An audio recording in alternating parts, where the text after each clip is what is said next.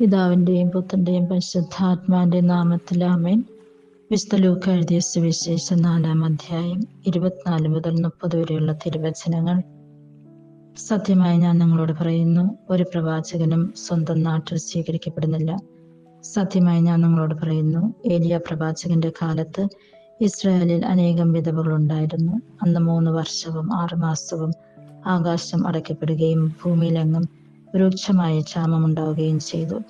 എന്നാൽ സീദോനിൽ സറഫത്തിലെ ഒരു വിധവയുടെ അടുക്കലേക്കല്ലാതെ മറ്റാരുടെ അടുക്കലേക്കും ഏലിയ അയക്കപ്പെട്ടിട്ടില്ല. എലീശ പ്രവാചകന്റെ കാലത്ത് ഇസ്രായേലിൽ അനേകം കുഷ്ഠരോഗികളുണ്ടായിരുന്നു.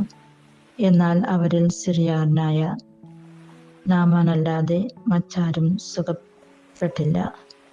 ഇത് കേട്ടപ്പോൾ സിനഗോഗിലുണ്ടായിരുന്ന എല്ലാവരും കോപാകുലരായി.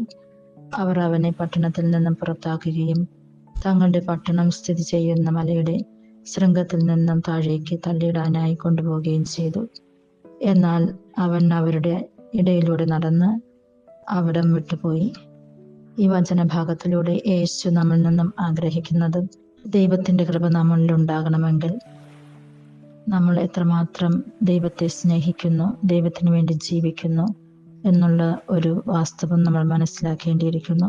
ഈ ലോകത്തിൽ അനേകം പേരുണ്ടെങ്കിലും എനിക്ക് അനുഗ്രഹം ലഭിക്കണമെങ്കിൽ ഞാൻ എത്രമാത്രം തീവ്രതയോടുകൂടി ദൈവത്തിന്റെ കാര്യങ്ങളിൽ ഇടപെടുന്നു, എൻ്റെ മാതൃക നിറഞ്ഞ ജീവിതം മറ്റുള്ളവർക്ക് മാതൃകയാകുവാനായിട്ട് നമ്മൾ എത്രമാത്രം പരിശ്രമിക്കുന്നുണ്ട്, അതിനായിട്ടുള്ള കൃപാവരങ്ങൾ പിതാവായ ദൈവം നമ്മൾക്ക് ഓരോരുത്തർക്കും നൽകട്ടെ എന്ന് പ്രാർത്ഥിക്കുന്നു.